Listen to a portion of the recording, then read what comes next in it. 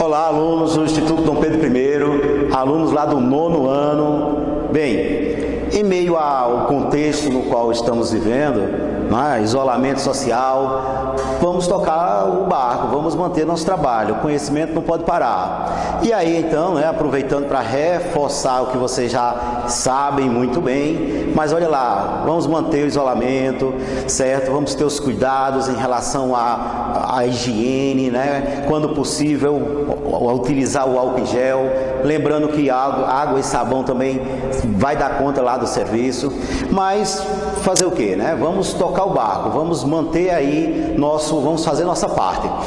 Ok, pessoal, na continuidade dos nossos assuntos do 9º ano, certo? Ciências, lembrando que ciências aí nesse momento nosso é biologia, certo? Vocês mais adiante terão química, terão física, mas no momento agora é biologia, o módulo corresponde à biologia.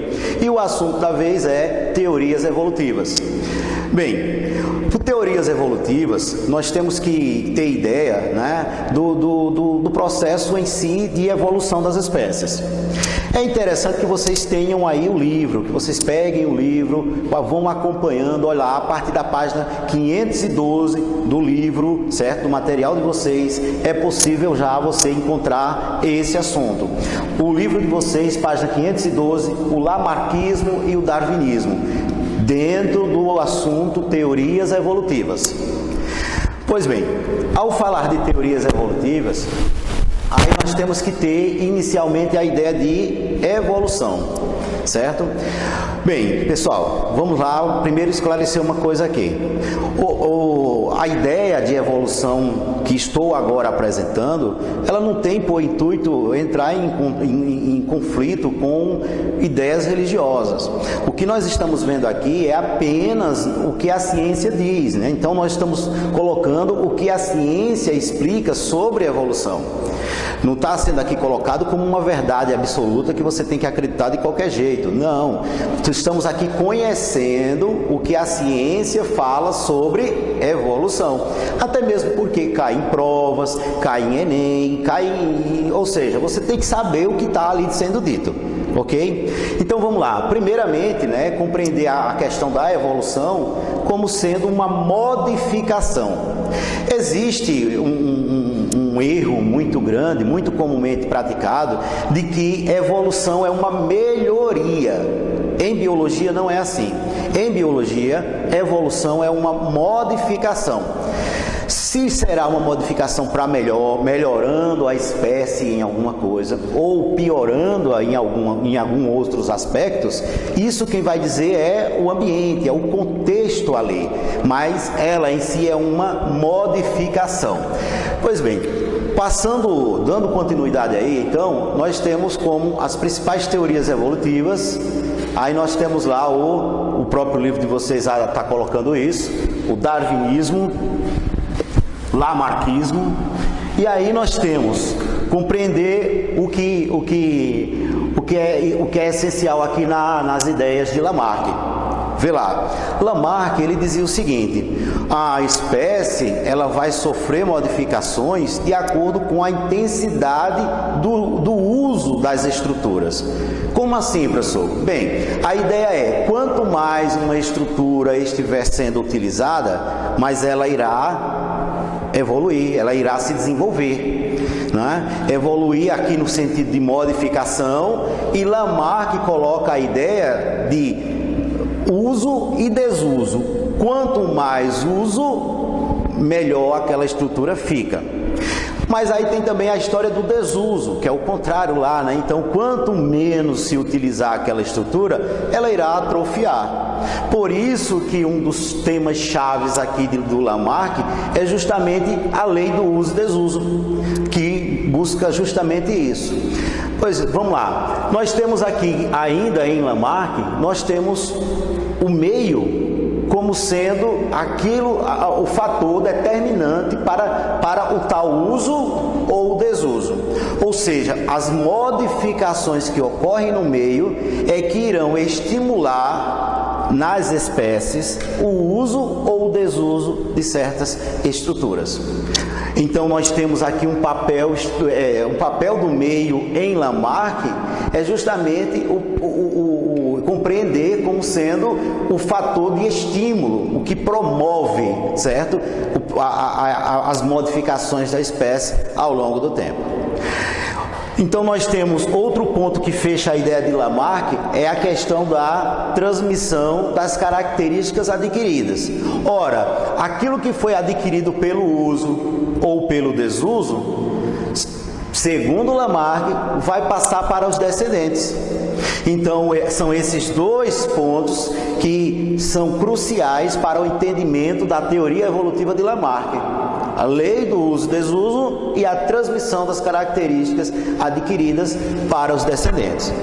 Em contraste ao que diz lá em Lamarck, lá no lamarckismo, nós temos as ideias de Darwin. Em Darwin, as modificações das espécies, elas são compreendidas de outra maneira. A primeira diferença é aqui em relação ao meio. Enquanto em Lamarck o meio estimula a modificação, em Darwin ou no darwinismo, a modificação ela já existe. O meio vai apenas selecionar. Daí o ponto crucial na ideia de Darwin é a tal da seleção natural, que é justamente aquela ideia, né, que já é bem amplamente divulgada, de seleção do mais apto, né, a seleção do mais forte. Bem, então o que é que vamos explicar isso aí. Darwin, após constantes observações, ele verificou que em uma população os indivíduos são naturalmente diferentes entre si. E aí então o meio entra não como fator que estimula essas diferenças, mas sim como fator que seleciona aqueles que são mais aptos, aqueles que são mais fortes, aqueles que são mais preparados para determinadas situações de sobrevivência.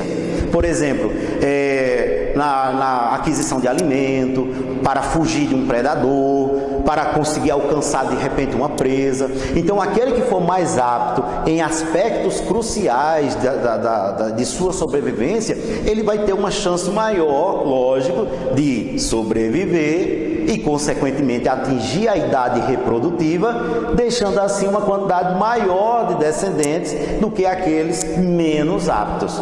E com o passar do tempo, a tendência é o quê? A tendência é que toda a população seja constituída por indivíduos que possuem aquelas características que os tornam mais aptos. Bem, então vamos lá, reforçando a ideia. Lamarck, uso, desuso e transmissão das características adquiridas para os descendentes. Em Darwin, eu tenho lá a questão da seleção natural. Então, nós temos o papel do meio, é também diferente, porque o meio aqui não estimula, como dizia Lamarck, o meio ele seleciona. Bem, a ideia de Darwin, ela está embasada na variabilidade genética. Naturalmente, na época de Darwin, ele não tinha como explicar, certo? Como que em uma população já vai existir variabilidade, não é? Mas aí é que está. Com o avanço da biologia, foi possível verificar conceitos, né? Conceitos modernos, outros aspectos desconhecidos por Darwin no momento, que reforçam justamente essa ideia da variabilidade. Ora, Darwin, ele não conhecia nada sobre DNA, sobre gene, sobre recombinação, sobre mutações. Então não tinha como ele utilizar todo esse contexto moderno da biologia, todo esse contexto moderno da genética para explicar a existência prévia de uma variabilidade. Ok? Vamos lá, a ideia do mais apto, aquele que possui ali as tais variações, a tal variabilidade mais adaptada ao meio, mais adaptada ao quesito reprodutivo, não é? Porque mesmo que seja, por exemplo, para a questão de captura de uma presa, fugir de um predador, mas tudo isso vai ter um ponto final, tudo isso vai implicar em uma reprodutividade maior. Bem, o que é que nós temos aqui? resumindo o aspecto que é bem marcante, né, para as ideias de Darwin e de Lamarck. Lamarck, o ambiente, ele causa as transformações. Em Darwin, o ambiente, ele seleciona essas transformações. Ok. Bem, a questão do ambiente, novamente, por que reforçar tanto isso? Porque toda a ideia, toda a compreensão parte daí, certo? Parte do comportamento do ambiente. As questões em vestibulares, as questões até mesmo em nossa prova, lá no nosso portal, elas seguem uma linha geral relacionada a essa questão da participação do ambiente. E aí nós temos a teoria sintética da evolução, também chamada de neodarwinismo, que é justamente uma reafirmação das ideias de Darwin. A teoria sintética da evolução, ela reforça o que Darwin disse com base em tudo o que foi descoberto, né, na biologia. Então, a evolução das técnicas de análise, de pesquisa, né, acompanhando a evolução tecnológica, claro, tudo isso vai permitir estudos mais aprofundados, estudos a respeito da natureza do DNA, da natureza das transformações lá no material genético, as mutações, e tudo isso vem embasar o que Darwin afirmava. Claro, na época dele não tinha nada, não tinha como ele não tinha suporte científico, tecnológico para poder explicar como é que em uma população já existia variabilidade, ok? Mas aí então nós temos teoria sintética da evolução como sendo justamente a reafirmação da ideia de Darwin com base nos conceitos modernos da biologia. E aí nós temos mais, né? Em meio a todo esse contexto, nós temos que pensar na ideia da variabilidade genética como sendo um resultado de mecanismos evolutivos. E aí então o que é que vai sustentar a variabilidade genética em uma espécie? Lembrando, por que é que eu estou falando espécie? Porque a evolução, quem evolui não é o indivíduo. Quem evolui é o grupo, é a espécie. A espécie é que de fato é a unidade evolutiva, não é? Porque aí o aluno às vezes ele pergunta, professor, mas como vai estar evoluindo um indivíduo? Eu estou evoluindo. A ideia de evolução, ela não abrange o indivíduo, ela abrange a espécie, ou seja, o conjunto, e isso ao longo de um tempo biológico considerável. Então nós temos aqui os mecanismos pelos quais as modificações vão estar ali então ocorrendo. Nós temos lá a mutação, que é uma modificação aleatória no material genético, certo? Nós temos a recombinação, que é a troca, né, de segmentos do material genético, de pedaços do material genético que estão ocorrendo lá dentro do próprio indivíduo. Ou seja, então o indivíduo ele já tem um certo conteúdo de genes, e esse conteúdo de genes ele pode ainda ser embaralhado, ele pode ainda sofrer combinações, certo? E aí então os dois primeiros, mutação e recombinação, aumentam a variabilidade genética, elevam a variabilidade genética, porque aqui com a mutação, se ocorreu uma modificação aleatória no material genético, eu passo a ter material genético extra, eu passo a ter versões diferentes desse material genético. Da mesma forma eu vou ter lá com a recombinação, né? Recombinação essa que mais adiante vocês vão ver lá como sendo crossing over, isso vai ficar para uma próxima aula. Mas aí, mutação e recombinação aumentam a variabilidade genética.